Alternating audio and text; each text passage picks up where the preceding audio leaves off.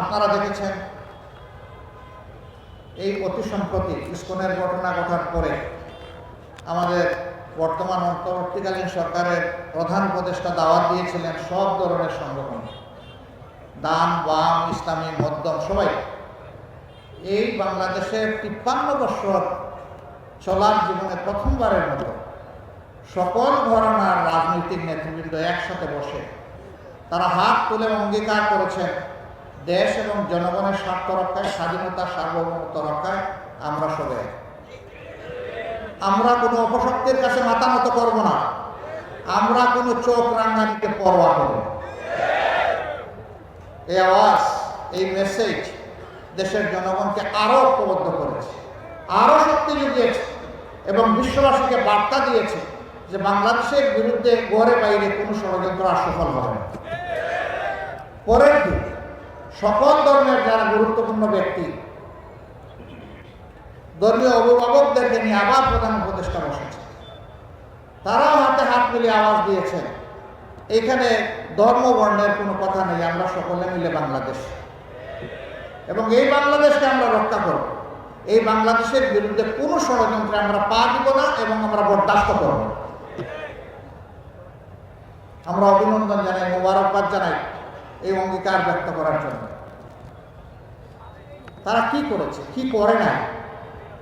গত 15.5 বছর ক্ষমতায় এসে পিলখানায় 57 জন সেনা অফিসারকে নির্মমভাবে হত্যা করল, তাদের পরিবারের কোনো সদস্যকে হত্যা করল। এরপরে জামাতে ইসলামীকে তারা ধ্বংস করার জন্য নেতৃবৃন্দের মাথার উপরে তলোয়ার চালাল,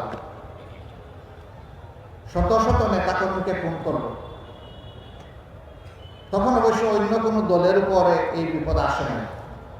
আমরা সেদিন আমাদের বন্ধুদেরকে বলেছিলাম সবাইকে যে আমাদের উপর যে যুদ্ধ এই সরকার অন্যায় যুদ্ধ শুরু করেছে, আসেন একসাথে আমরা সেই যুদ্ধ মোকাবেলা করি, তাইলে এই যুদ্ধ আর কাউকে আক্রান্ত করবে না।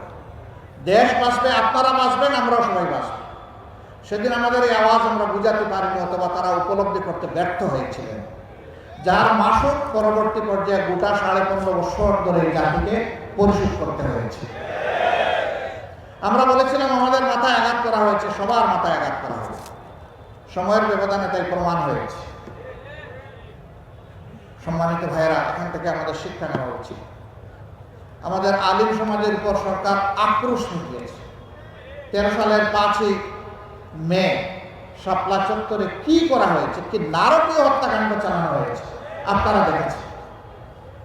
মানুষ কতটা বিকৃত হলে বলতে পারে সেদিন কেউ মরে নাই, সেখানে আলিম উলামার রং ছিটিয়ে দিয়েছিল।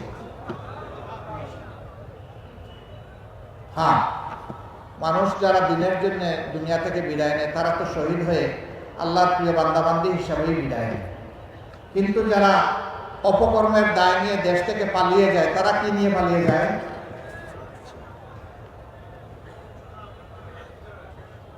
একটা মানুষের মৃত্যুর চাইতে এইভাবে অপমানের দায় স্বীকার করে পালিয়ে যাওয়া আরো নিকৃষ্ট।